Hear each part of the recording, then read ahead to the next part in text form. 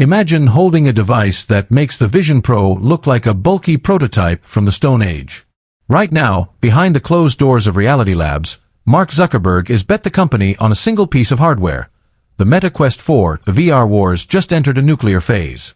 We aren't talking about a small spec bump or a prettier head strap.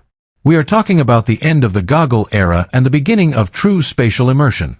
If you've been thinking about buying a Quest 3 or saving up for an Apple Vision Pro, stop. You need to hear this first because the leaks coming out of the supply chain aren't just rumors anymore.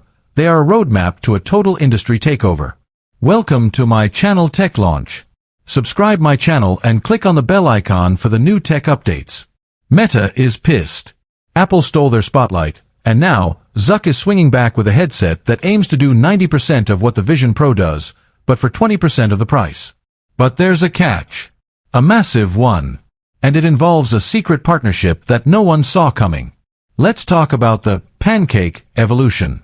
We thought the Quest 3 lenses were clear, but the Quest 4 is moving toward a hybrid silicon oxide optic system. This means the screen door effect is officially dead. Gone. Buried. Sources say we are looking at dual 4K micro-OLED displays.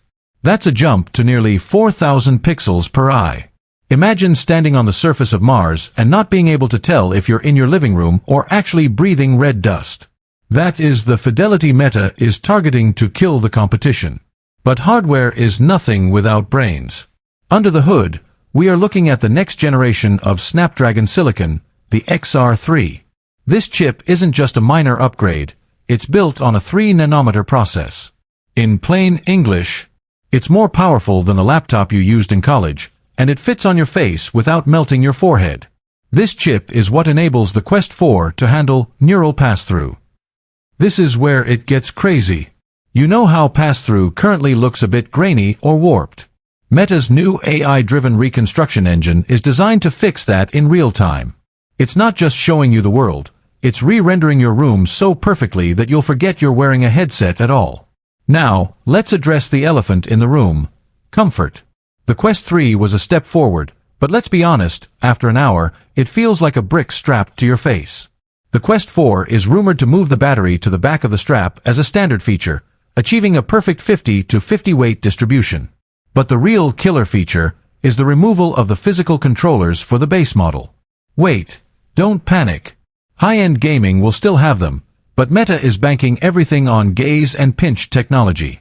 They've seen how much people love the Vision Pro interface, and they are bringing that premium eye tracking and hand tracking tech to the masses. Imagine navigating your entire digital life just by looking at an icon and tapping your fingers. No bulky plastic rings, no dead batteries in the middle of a match. Just you and the machine. But why now? Why is Meta rushing this? Because the competition isn't just Apple anymore. Samsung and Google are hovering. Valve is whispering about a Deckard headset. Meta knows that if they don't own the mid-range market right now, they lose the future.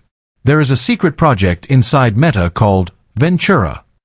This is supposedly the code name for a budget-friendly version of the Quest 4 that could drop as low as $300. Think about